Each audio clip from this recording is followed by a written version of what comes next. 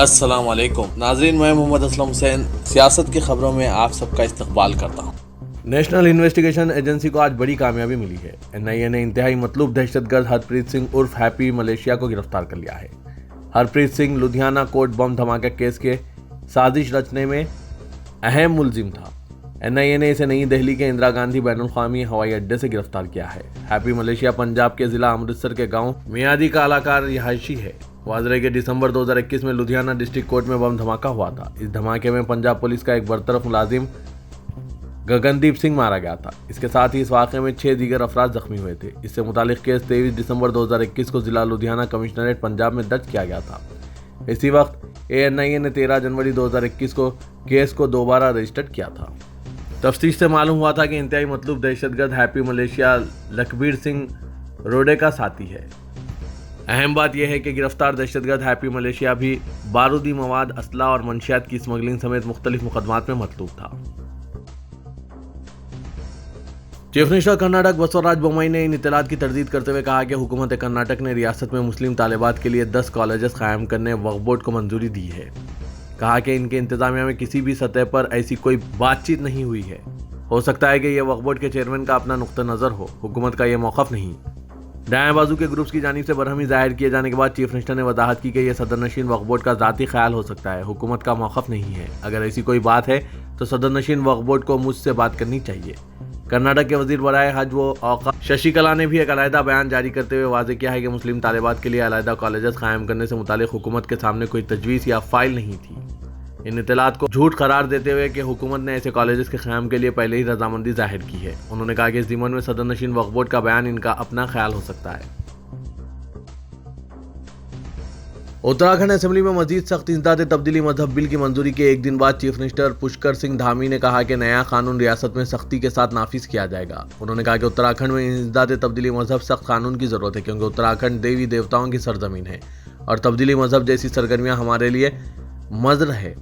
वाजरे के उत्तराखंड असेंबली ने गुज़िश्ता रोज़ एक बिल आज़ादी बराए तब्दीली मजहब तरमीमी एक्ट 2022 को मंजूरी दी थी और गैर कानूनी तब्दीली मजहब को काबिल दस्त अंदाजी और नाकाबिल ज़मानत जुर्म करार दिया। मुर्तकिबीन को कम अज़ कम 3 साल की सज़ाए कैद और ज़्यादा से ज़्यादा 10 साल की सज़ाए कैद की गुंजाइश रखी गई थी। विश्व हिंदू परिषद ने आज मुल्क भर में गैर कानूनी तब्दीली मजहब और लव जिहाद के खिलाफ अवामी बेदारी मुहिम शुरू की। आरएसएस की हलीफ तंजीम की जन जागरण अभियान का मकसद नौजवानों, लड़कियों और ख़वातीन को गैर कानूनी तब्दीली मजहब और लव जिहाद जैसी सरगर्मियों के बारे में आगाह करते हुए एक मज़ाहिम फोर्स तैयार करना है। इस मुल्कगैर मुहिम का एक और मकसद गैर कानूनी तब्दीली मजहब और लव जिहाद के खिलाफ एक मरकजी कानून वज़ा करने, इसके मुतालबे के लिए तायीद हासिल करना भी है।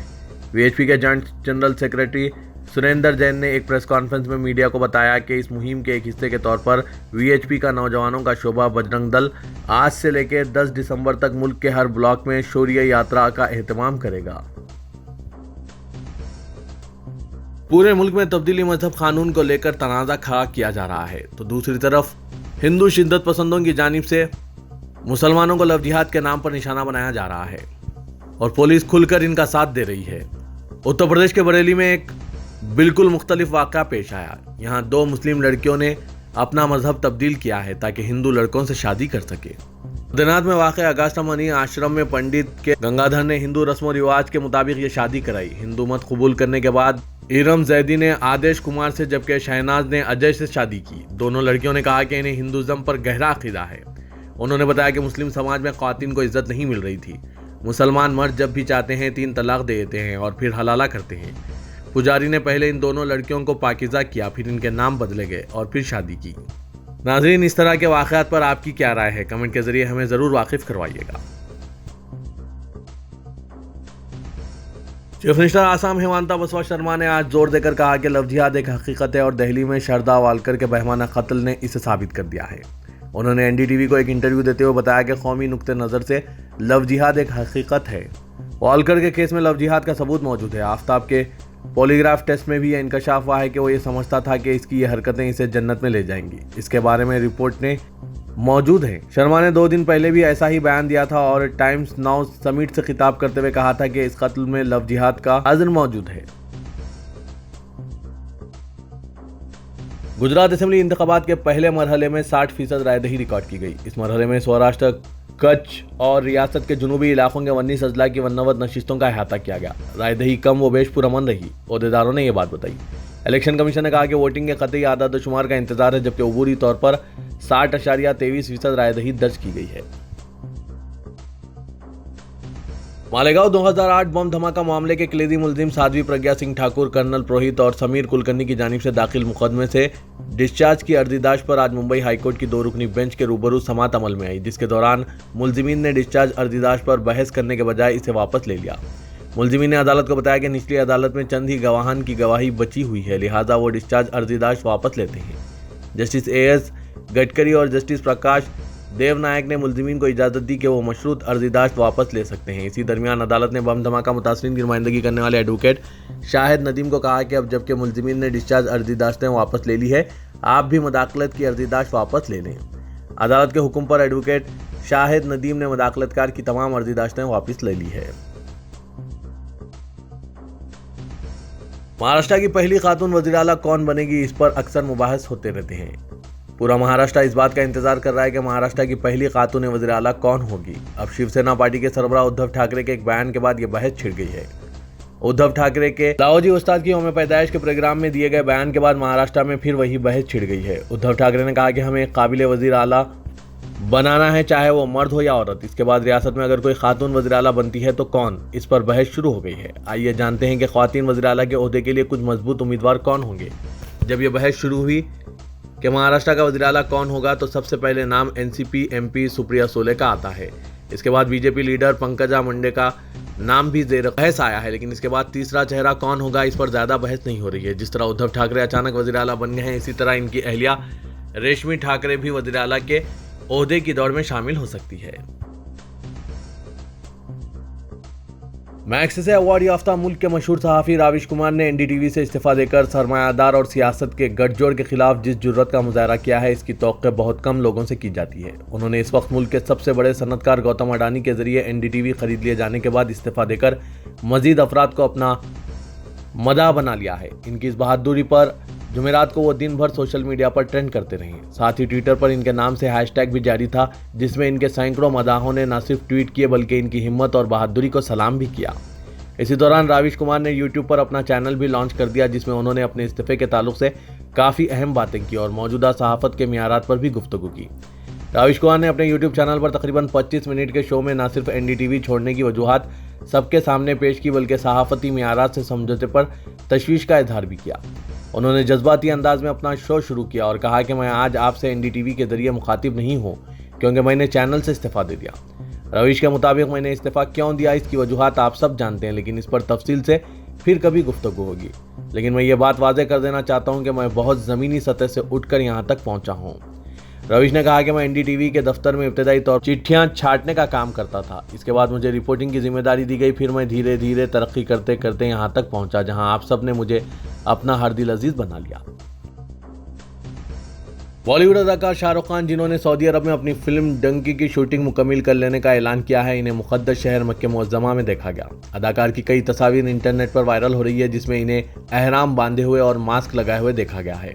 शाहरुख खान फैन क्लब के ट्विटर अकाउंट पर इनकी एक तस्वीर और वीडियो पोस्ट किया गया है, जिसमें कहा गया है कि शाहरुख खान ने मक्के शरीफ में उम्रा अदा किया है। इनके कई मदाहों ने इस इक़दाम की सताइश की। एक सारिफ ने लिखा, माशाअल्लाह, अल्लाह आपकी हर दुआ कबूल करे, और एक ने लिखा, माशाअल्लाह, अल्लाह आपका उम्रा कबूल करे। तेलंगाना में सिर्फ मुस्लिम अक़लियत ही इंसाफ से महरूम नहीं है, बल्कि मुस्लिम अक़लियत से ताल्लुक़ रखने वाले आला ओहदेदार भी नाइंसाफ़ी का शिकार हैं और इन्हें अहम ओहदों से महरूम रखा गया। नई रियासत की तश्कील के बाद ओहदेदारों को उम्मीद थी कि इनके साथ इंसाफ होगा और काबिलियत और सीनियरिटी की बुनियाद पर पोस्टिंग दी जाएगी, लेकिन गुज़श्ता 8 सालों में मुस्लिम ओहदेदारों को महरूमी का एहसास सताने लगा है। जब कभी अहम ओहदों पर तकर्रुरात की बात आती है तो मुस्लिम ओहदेदारों की कमी का बहाना किया जाता है। तेलंगाना में आला ओहदेदारों में मुसलमानों की तादाद काफ़ी कम है, लेकिन जो ओहदेदार हैं इन्हें इंसाफ नहीं दिया गया। मुसलमान 4% तहफ़्फ़ुज़ात की बरकरारी की जद्दोजहद में है, लेकिन मुस्लिम ओहदेदारों को 4% भी अहम ओहदे हुकूमत में हासिल नहीं हुए। तेलंगाना सेक्रेटरीट मुस्लिम ओहदेदारों से तेज़ी से खाली हो रहा है और गज़ीटेड रुतबे के मुस्लिम ओहदेदारों की कमी आने वाले चंद सालों में सूरत हाल को मज़ीद संगीन बना देगी। तेलंगाना में यूँ 14 मुस्लिम ओहदेदार ऐसे हैं जिन्हें आला ओहदों पर फायज किया जा सकता है, लेकिन इनमें से बेशतर गैर अहम ओहदों पर फायज किए गए। सेक्रेटरी रुतबे के ओहदों पर सिर्फ 2 ओहदेदार हैं, जिनमें अहमद नदीम और सैयद अली मुर्तज़ा रिजवी शामिल हैं, जो अलल तरतीब अक़लियती बहबूद और हेल्थ में खिदमत अंजाम दे रहे हैं। कौंसल जनरल हिंद मुतय्यना जिद्दा शाहिद आलम से आमिर अली खान न्यूज़ एडिटर सियासत ने मुलाकात करके सऊदी अरब में हिंदुस्तानी शहरियों के हालात और कौंसल खाने की जानिब से इनको फराहम की जा रही सहूलतों के मुतालिक तफसीलात हासिल की।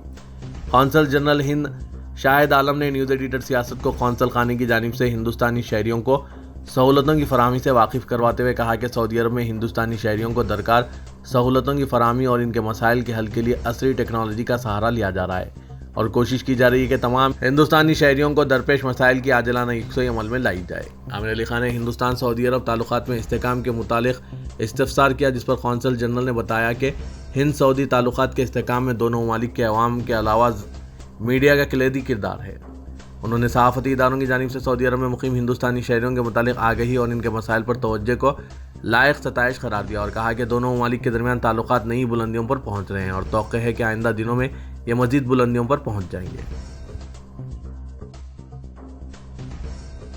साबिक़ mayor Hyderabad B Ram Mohan CBI के निशाने पर हैं। तेलंगाना में CBI और इन्फोर्समेंट डायरेक्टरेट व इनकम टैक्स कार्रवाइयों के दौरान साबिक़ मेयर के 3 दिन से लापता रहने की खबरें मंजर-ए-आम पर है और ये दावा किया जा रहा है कि इन्हें CBI फर्जी CBI ओहदेदार मामले में हिरासत में ले लिया है। लेकिन आज भी राम मोहन ने मीडिया से बात करते हुए कहा कि वो शहर में मौजूद हैं और इन्हें कोई नोटिस नहीं मिली है। उन्होंने तस्दीक की है कि वो खुद साख्ता CBI ओहदेदार श्रीनिवास से एक तकरीब में मुलाकात कर चुके हैं। साबिक़ मेयर ने कहा कि इन्हें CBI से कोई नोटिस मिलती है तो वो इसका जवाब देंगे, लेकिन ताहाल इन्हें कोई नोटिस नहीं मिली है।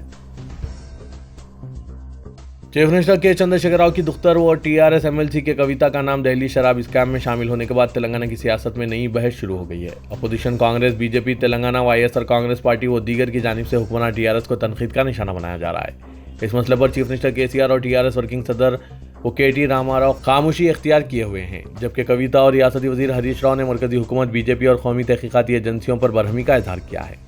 मुलजिम अमित अरोड़ा की रिमांड रिपोर्ट में ED ने कविता का नाम शामिल किया है। शराब स्कैम में कविता की जानिब से 2 नंबरात पर मुश्तमिल सेलफोन्स बार बार तब्दील करने का तस्करा किया गया।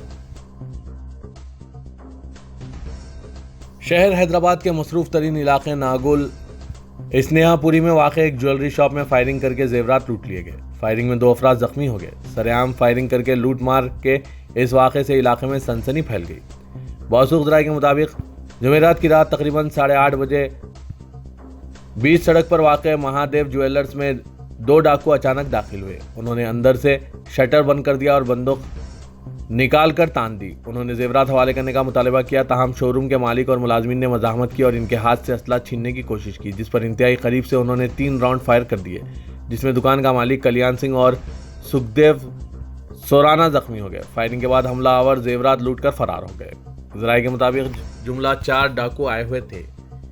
इनमें से 2 शोरूम के बाहर मोटरसाइकिल पर थे। इनमें से एक हेलमेट लगाया हुआ था, जबकि दूसरे ने चेहरे पर दस्ती बांध रखी थी। इनके दीगर 2 साथी अंदर दाखिल हुए और फायरिंग के बाद जेवरात लूटकर आधा शटर उठाकर फरार हो गए।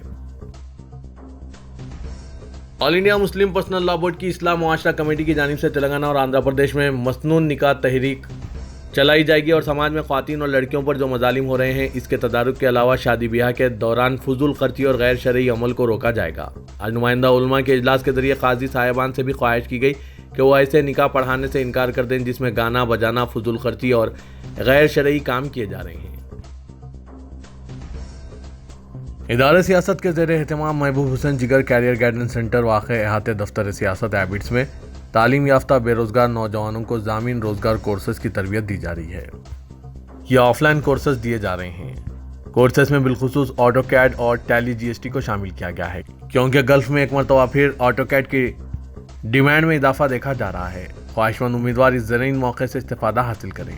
इसके अलावा सेंटर हाजा में दीगर पेशे वाराना कोर्सेज जैसे MS office, DTP, accounting packages, tally GST, Revit के अलावा स्पोकन इंग्लिश की भी तरबियत दी जा रही है। सर्टिफिकेट सियासत की जानिब से और हुकूमत की जानिब से भी दिए जाएंगे। मज़ीद तफसीलात के लिए इदारे सियासत से रास्त पहुँचकर या फिर इन फ़ोन नंबरात पर भी रब्त पैदा कर सकते हैं। फ़ोन नंबरात हैं 9393 876 978, 9652 813 994।